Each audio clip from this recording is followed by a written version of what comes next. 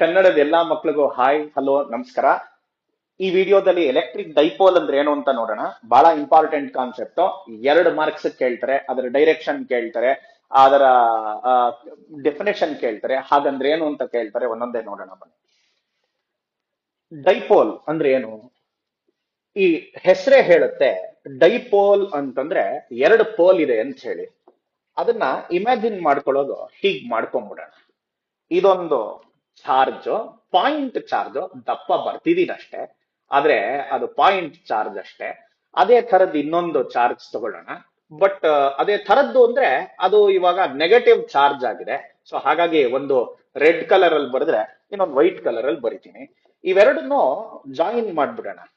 ಹೀಗೆ ಇವೆರಡನ್ನು ಜಾಯಿನ್ ಮಾಡ್ಬಿಡೋಣ. ಈ ಜಾಯಿನ್ ಮಾಡಿರೋದು ಏನಪ್ಪಾ ಇದು ಅಂತಂದ್ರೆ, it is the distance between the 2 charges. ಈ ಡಿಸ್ಟೆನ್ಸ್ ನ ಮೆಜರ್ ಮಾಡಕ್ಕೆ ಯಾವಾಗ್ಲೂ ಒಂದು ಆಮ್, ಜಾಗ ಇರ್ಬೇಕಲ್ವಾ?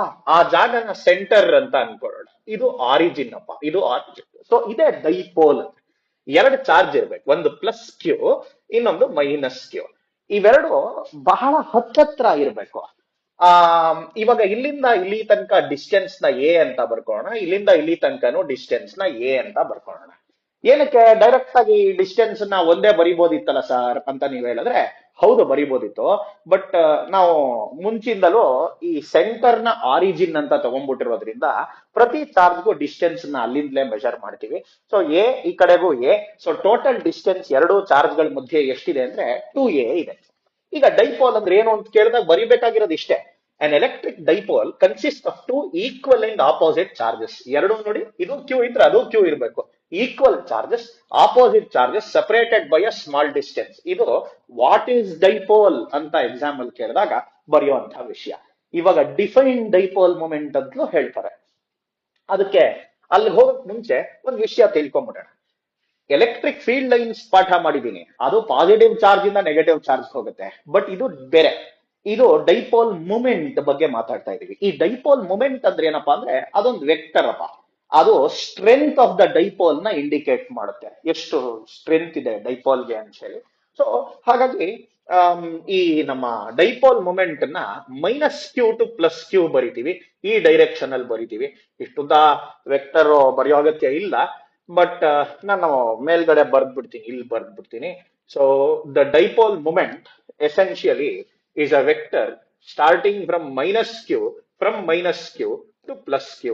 ಇದು ನಮ್ಮ ಡೈಪೋಲ್ ಮೂಮೆಂಟಿನ ವೆಕ್ಟರ್ ಅಂತ ಹೇಳಿ ಬರ್ಕೊಂಡ್ಬಿಡೋಣ. ಇದನ್ನ ವೆಕ್ಟರ್ ಪಿ ಅಂತ ಹೇಳಿ ಬರ್ತೀನಿ. ಇದನ್ನ ಕ್ಯಾಲ್ಕುಲೇಟ್ ಮಾಡೋದು ಹೇಗೆ ಸರ್ ಅಂತ ನೀವು ಕೇಳಿದ್ರೆ, vector P is defined as, ಅಥವಾ dipole moment is defined as product of one of the 2 charges. ಒಂದು ಚಾರ್ಜ್ ನ and the distance between them. Product of one of the 2 charges and the distance between them. One of the 2 charges ಅಂದ್ರೆ q ಆಯ್ತು, distance between them ಇದೆಯಲ್ಲ ಅದು 2a ಆಯ್ತು. ಇದು ಅದರ magnitude. ಯಾವುದೇ ಡೈಪೋಲ್ ಮೂಮೆಂಟ್ ಅನ್ನ ಕ್ಯಾಲ್ಕುಲೇಟ್ ಮಾಡೋ ವಿಧಾನ, ಚಾರ್ಜ್ ನ ಮತ್ತೆ 2 ಚಾರ್ಜ್ ಗಳ ಮಧ್ಯೆ ಇರೋ ಡಿಸ್ಟೆನ್ಸ್ ನ ಮಲ್ಟಿಪ್ಲೈ ಮಾಡೋದು. ಅಂಡ್ ನಾವು ಆ ಡೈರೆಕ್ಷನ್ ಎಲ್ಲಿಂದ ಇರುತ್ತೆ ಅಂದ್ರೆ minus Q to plus Q ಅಂತ ಹೇಳಿ ಬರ್ದ್ಬಿಡೋದು. From minus Q to plus Q ಅಂತ ಹೇಳಿ ಬಂದ್ಬಿಟ್ರೆ ಡೈರೆಕ್ಷನ್ ಬರ್ದ ಹಾಗಾಯ್ತು.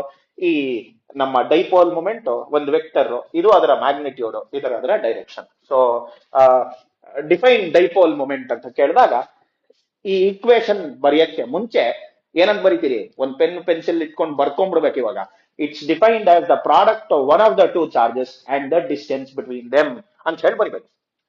Anyway, having said that, of course ಇಲ್ಲಿ ಡೈಪೋಲ್ ಮೂಮೆಂಟ್ ಅಂತ ಹೇಳಿ ನೀವು ಎಕ್ಸಾಮ್ ಅಲ್ಲಿ ಫಾರ್ಮುಲಾ ಬರ್ದ್ಬಿಡ್ಬೋದು. ಸೇಮ್ ಅದೇ ಬರಿತೀನಿ, ಕ್ಯೂ ಇಂಟು 2a. ಆ ಚಿತ್ರ ಬರಿಬೇಕು. ಆ ಚಿತ್ರ ಬರ್ದ್ಬಿಟ್ಟು ಆಮೇಲಿಂದ ಬರ್ಕೋಬೇಕು. ಬೇಕಾದ್ರೆ ಇಲ್ಲೂ ಬರೀರಿ, from minus Q to plus Q ಅಂತ ಹೇಳಿ. ಆಮೇಲೆ ಇದು ಚಾರ್ಜ್ ಅಪ್ಪ, ಇದು ಡಿಸ್ಟೆನ್ಸ್. ಇದನ್ನ ಕೂಲೂಂಬ್ ಅಲ್ಲಿ ಮೆಜರ್ ಮಾಡ್ತಾರೆ, ಇದನ್ನ ಮೀಟರ್ ಅಲ್ಲಿ ಮೆಜರ್ ಮಾಡ್ತಾರೆ. ಹಾಗಾಗಿ SI ಯೂನಿಟ್ ನ ಕೂಲೂಂಬ್ ಮೀಟರ್ ಅಂತ ಹೇಳಿ ಬರ್ದ್ಬಿಟ್ರೆ ಆಗೋಯ್ತು. It is as simple as this. ಈ ಡೈಪೋಲ್ ಮೂಮೆಂಟ್ ನ ಯಾಕೆ sir minus Q to plus q ಬರಿತೀವಿ ಅಂತ ನೀವು ಕೇಳಿದ್ರೆ, ಈ ನಮ್ಮ ಎಲೆಕ್ಟ್ರಿಕ್ ಡೈಪೋಲ್ ಮೂಮೆಂಟ್ ಏನಿದೆಯಲ್ಲ ಅದು ಕಾಂಪಾಸ್ ನೀಡಲ್ ಇದ್ದ ಹಾಗೆ. ನಿಮ್ಮ ನಾರ್ತ್ ಸೌತ್ ತೋರ್ಸತ್ತಲ್ಲ ಮ್ಯಾಗ್ನೆಟಿಕ್ ಕಾಂಪಾಸ್ ನೀಡಲ್, ಅದು ಮ್ಯಾಗ್ನೆಟಿಸಮ್ಗಾದ್ರೆ ಇದು ಎಲೆಕ್ಟ್ರೋಸ್ಟಾಟಿಕ್ಸ್ಗೆ. ಇದನ್ನ ನೀವು ಎಲೆಕ್ಟ್ರಿಕ್ ಫೀಲ್ಡ್ ಅಲ್ಲಿ ಇಟ್ರೆ ಈ ನಮ್ಮ ಆರೋ ಏನ್ ಬರ್ದಿದೀವಲ್ಲ ಆ ಆರೋ ಎಲೆಕ್ಟ್ರಿಕ್ ಫೀಲ್ಡಿನ ಕಡೆ ತಿರ್ಕೊಂಡ್ಬಿಡುತ್ತೆ. ಹೇಗೆ ಬಾವುಟ ಗಾಳಿ ಬೀಸೋ ಡೈರೆಕ್ಷನ್ ಅಲ್ಲಿ ತಿರ್ಕೊಳುತ್ತೋ, ಬಾವುಟ ಯಾವ ಕಡೆ ತಿರುಗುತ್ತೆ, ಯಾವ ಕಡೆ ಗಾಳಿ ಬೀಸ್ತಾ ಇರುತ್ತೋ ಆ ಕಡೆ ತಿರುಗಿರುತ್ತೆ. ಇದು ಹಾಗೆ ಇದು ಎಲೆಕ್ಟ್ರಿಕ್ ಫೀಲ್ಡ್ ಯಾವ ಡೈರೆಕ್ಷನ್ ಇರುತ್ತೋ ಆ ಡೈರೆಕ್ಷನ್ ತಿರುಗುತ್ತೆ ಅನ್ನೋ ಕಾರಣಕ್ಕೆ ನಾವು ಆರೋನ -q to +q ಬರಿತೀವಿ. ಇದು ಡೈಪೋಲಿನ ಸಮಾಚಾರ. ನೆಕ್ಸ್ಟ್ ಇದ್ರ ಮೇಲೆ ಒಂದಷ್ಟು ಡಿರೈವೇಶನ್ಸ್ ಇದೆ, ಬರೋ ವಿಡಿಯೋದಲ್ಲಿ ನೋಡೋಣ. Thank you.